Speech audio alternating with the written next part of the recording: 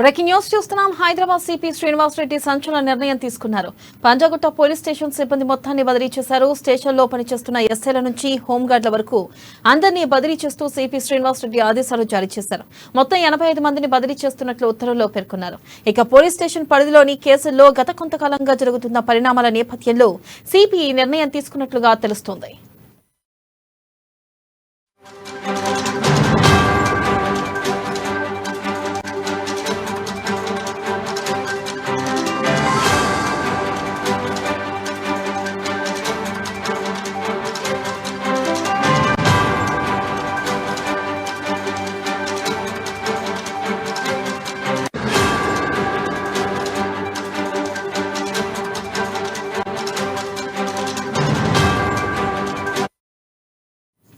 Breaking news చూస్తున్నాం. Hyderabad CP Srinivas Reddy సంచలన నిర్ణయం తీసుకున్నారు. పంజాగుట్ట పోలీస్ స్టేషన్ సిబ్బంది మొత్తాన్ని బదిలీ చేశారు. స్టేషన్లో పనిచేస్తున్న ఎస్ఐల నుంచి హోంగార్డుల వరకు అందరినీ బదిలీ చేస్తూ సిపి శ్రీనివాస్ రెడ్డి ఆదేశాలు జారీ చేశారు. ఇక మొత్తం 85 మందిని బదిలీ చేస్తున్నట్లు ఉత్తర్వుల్లో పేర్కొన్నారు. పోలీస్ స్టేషన్ పరిధిలోని కేసుల్లో గత కొంతకాలంగా జరుగుతున్న పరిణామాల నేపథ్యంలో సిపి ఈ నిర్ణయం తీసుకున్నట్లుగా తెలుస్తుంది. దీనిపై మరింత సమాచారాన్ని మా ఇన్పుట్ ఎడిటర్ శ్రీనివాస్ అందిస్తారు. శ్రీనివాస్, చెప్పండి, దాదాపుగా 85 మందిని పెద్ద మొత్తంలో ఒకేసారి బదిలీ చేయడం గల కారణాలు ఏంటి శ్రీనివాస్? రైట్ వెనల, ఏదైతే బహుశా తెలుగు రాష్ట్రాల చరిత్రలో కావచ్చు, దేశంలో కావచ్చు, ఇదే తొలిసారి అని చెప్పొచ్చు. మొత్తం పోలీస్ స్టేషన్ లో సిబ్బంది ఎంతమంది ఉన్నారో అంతమందిని కూడా బదిలీ చేస్తూ సిపి కొత్తకోట శ్రీనివాస్ రెడ్డి అయితే ఆదేశాలు జారీ చేయడం జరిగింది.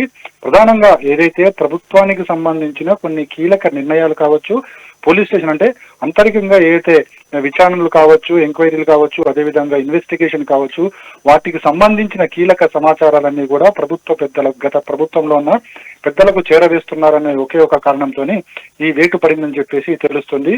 ముఖ్యంగా చూసుకుంటే గనక బోధన్ మాజీ ఎమ్మెల్యే షకీల్ సంబంధించిన కేసులకు సంబంధించి ఆయన కుమారుడు యాక్సిడెంట్ చేయడం కావచ్చు, అంతకు ముందు జరిగిన ఇష్యూస్ కావచ్చు, వీటన్నిటి మీద కూడా పంజాగుట్ట పోలీసులు ఎప్పటికప్పుడు గత ప్రభుత్వంలో ఉన్న పెద్దలకు మొత్తం సమాచారాన్ని, ప్రతి నిమిషం కూడా ఏం జరుగుతుందో అన్న సమాచారాన్ని ప్రతి ఒక్కటి కూడా గత ప్రభుత్వంలో ఉన్న పెద్దలకు చేరవేశారు అని చెప్పేసి సిపికి పూర్తి స్థాయిలో ఇంటెలిజెన్స్ రిపోర్ట్ రాబట్టే ఈ నిర్ణయం తీసుకున్నారని చెప్పేసి కూడా తెలుస్తుంది.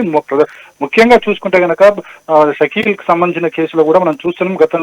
గత నెల రోజుల నుంచి కూడా షకీల్ కుమారుడు యాక్సిడెంట్ చేయడం, ఆ తర్వాత అతను దుబాయ్ పారిపోవడం, ఆ వెంటనే అతని అనుచరులు కూడా దుబాయ్కి తప్పించడం, అదేవిధంగా షకీల్ కూడా తప్పించుకొని పోవడం, ఇవన్నీ కూడా వ్యవహారాలన్నీ కూడా ప్రతి ఒక్క పాయింట్ టు పాయింట్ కూడా ప్రభుత్వ పెద్దలకు, గత ప్రభుత్వంలో ఉన్న పెద్దలకు వివరించారని చెప్పేసి కూడా సిపికి పక్కా సమాచారం ఉంది. ఈ సమాచారం ఉన్న నేపథ్యంలోనే మొత్తం వీళ్ళందరినీ కూడా, మొత్తం ఎంతమంది అయితే పోలీసులో సిబ్బంది ఉన్నారో ఆ సిబ్బంది మొత్తాన్ని కూడా బదిలీ చేయడం జరిగిందంటే దాదాపుగా 85 మంది, అటు సిఐ నుంచి తీసుకుని మొత్తం హోంగార్డ్ వరకు కూడా ఎంతమంది ఉన్నారో అంతమందిని కూడా బదిలీ చేయడం జరిగింది. ఈ మొత్తం వ్యవహారంలో మొత్తం పోలీస్ స్టేషన్ సిబ్బంది అంతా కూడా ఇందుకు ప్రధాన బాధ్యత వారికి ఉంది కాబట్టి వాళ్ళందరినీ కూడా బదిలీ చేస్తున్నట్లు సిపి తన రిపోర్ట్ లో పేర్కొనడం జరిగింది. ఇప్పటికే నగరంలో ఉన్న వివిధ పోలీస్ స్టేషన్ల నుంచి సిబ్బందిని, ఎవరైతే అదనపుగా ఉన్న సిబ్బంది అవుతుందో ఆ సిబ్బందిని అంతా కూడా పంజాగుట్ట పోలీస్ స్టేషన్ కి తరలించే ప్రయత్నం చేస్తున్నారు. ఎందుకంటే ముఖ్యంగా కేసులు ఏవైతే పెండింగ్ ఉంటాయో ఆ కేసులన్నింటినీ కూడా మళ్ళీ విచారణ జరపాల్సి ఉంటుంది. ముఖ్యంగా ఈ బోధన్ షకీల్ విషయంలో ఈ కేసు మరోసారి ఇన్వెస్టిగేషన్ చేయాల్సి ఉంటుంది. ఇలా అదే విధంగా ఇప్పటివరకు పోలీస్ స్టేషన్ లో కేసుల మీద కూడా ఇన్వెస్టిగేషన్ చేయాల్సి ఉంటుంది. కాబట్టి ఒక్కసారిగా 85 మందిని బదిలీ చేయడంతో పోలీస్ స్టేషన్ ఉన్న ఎంక్వైరీలకు సంబంధించి కొద్దిగా సమస్య తలెత్తే ప్రమాదం ఉంది. కాబట్టి వెంటనే సిపి దీనికి సంబంధించి అన్ని పోలీస్ స్టేషన్లో ఉన్న సిబ్బంది ఎవరైతే ఉంటో సిబ్బందిని ఇక్కడ పంజాగుట్ట పోలీస్ స్టేషన్ తరలిస్తున్నారు. యథావిధిగా పోలీస్ స్టేషన్ రన్నింగ్ లో ఉంటుంది. ఇక అదే విధంగా ఎవరైతే బదిలీ చేయబడ్డారో వీళ్ళందరినీ కూడా నెక్స్ట్ ఏం చర్యలు తీసుకోబోతారనేది కూడా చూడాల్సి ఉంటుంది. గన్నెల, అయితే శ్రీనివాస్, వారందరినీ ఎక్కడికి బదిలీ చేశారు? దాదాపు 85 మందిని, అంటే మనం చూసుకున్నట్టయితే ఇటు ఎస్ఐ నుంచి హోంగార్డుల వరకు అందరినీ బదిలీ చేశారు. ఇంత పెద్ద మొత్తంలో బదిలీ చేయడం తర్వాత ఇతర పోలీస్ స్టేషన్లో కూడా ఇటువంటి కారణాలు ఏమైనా ఉన్నాయా? అంటే ఇలా గత ప్రభుత్వానికి కొమ్ము కాయడం, లేకపోతే ఇటువంటి ఇతర పోలీస్ స్టేషన్ నుంచి కూడా బదిలీ చేసే అవకాశాలు ఏమైనా కనిపిస్తున్నాయా శ్రీనివాస్? ఖచ్చితంగా. ఎందుకంటే ఇప్పుడున్న సమాచారం మేరకు ఏవైతే గత ప్రభుత్వంలో ఉన్న పెద్దలకు, గత ప్రభుత్వంలో ఉన్న ముఖ్య నేతలకు కావచ్చు సమాచారాన్ని అందించడం, అంటే పోలీసులకు సంబంధించి, లా అండ్ ఆర్డర్ సంబంధించి అన్ని విషయాలు కూడా గోప్యంగా ఉంచబడతాయి. ఈ గోప్యత అనేది లేకుండా మొత్తం బయటికి అంటే అదే గతంలో ఉన్న ప్రభుత్వ పెద్దలకు అందించడం వల్ల కేసు ఇన్వెస్టిగేషన్ లో మొత్తం కూడా మారిపోయే ప్రమాదం ఉంది. ఎందుకంటే కేసు ఒకరి నేరస్తులు ఒకరైతే ఆ నేరాన్ని తప్పించుకోవడానికి ఈ సమాచారం బయటికి పొక్కడం వల్ల తప్పించుకునే అవకాశాలు ఎక్కువగా ఉన్నాయి.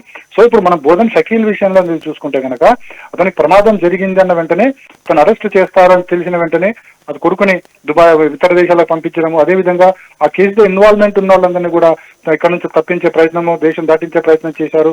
ఇవన్నీ కూడా పోలీసులు సమాచారం ఎప్పటికప్పుడు సమాచారం ఇవ్వబట్టే ఇవన్నీ జరిగాయని చెప్పేసి పూర్తి స్థాయిలో ఎవిడెన్స్ ఉంది కాబట్టే సిపి నిర్ణయం తీసుకున్నారు. ఎందుకంటే ఒక పోలీసుల మీద చర్యలు తీసుకోవాలంటే ఖచ్చితంగా ఎవిడెన్స్ ఉండాలి. ఈ ఎవిడెన్స్ ఉంది కనుకనే వీరికి బదిలీ జరిగింది.